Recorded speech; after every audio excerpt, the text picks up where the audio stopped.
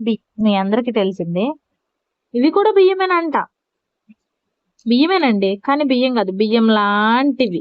అదే 'వెంకటేష్' గారి సినిమాలో ఇది కుర్చీ లాంటిది. కానీ కుర్చీ కాదు అంటారు చూడు. ఆ విధంగా అన్నమాట ఇది. డిఫరెన్స్ చూడండి మీరొకసారి. అసలు మ్యాటర్ ఏంటంటే, పోయిన మంతు రేషన్ తీసుకొచ్చామండి. దాంట్లో కొన్ని ఇలాగే సేమ్ స్టోర్ బియ్యం లానే, సన్న బియ్యం లానే వచ్చినాయి. అంటే ప్లాస్టిక్ బియ్యం అన్నమాట ఇది. బియ్యం లాంటివి వచ్చినాయి. సరే అని చెప్పి కొన్ని ఏరి కొన్నే కదా అని చెప్పేసి నేను అప్పుడే వీడియో తీద్దాం అనుకున్నా. ఎందుకులే అని చెప్పి పక్కన పెట్టేసాను. ఈ మంతు ఆ బియ్యంలో వేరుతుంటే ఒక్కొక్కటి మట్టి గడ్డల్లో ఒడ్లు లేవండి. మళ్ళీ అబద్ధం ఆడకు మట్టి గడ్డల్లో ఒడ్లు లేవు. మొత్తం ప్లాస్టిక్ బియ్యం. 50కి 50% ప్లాస్టిక్ బియ్యం ఉన్నాయి. ఈ బియ్యంతో మేము పిల్లలకి వండుతున్నాం. పిల్లలు స్కూల్‌లో భోంచేస్తున్నారు.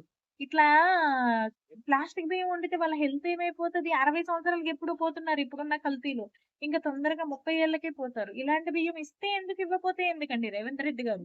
ఇస్తే ఎందుకు ఇవ్వకపోతే ఎందుకు? ఇవ్వకపోతే మా తిప్పలు మేము పడి సోనా మసూరి రూ.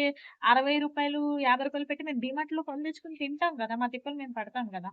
దీని మీద మీ ఒపీనియన్ ఏంటో కామెంట్ చేయండి గైస్.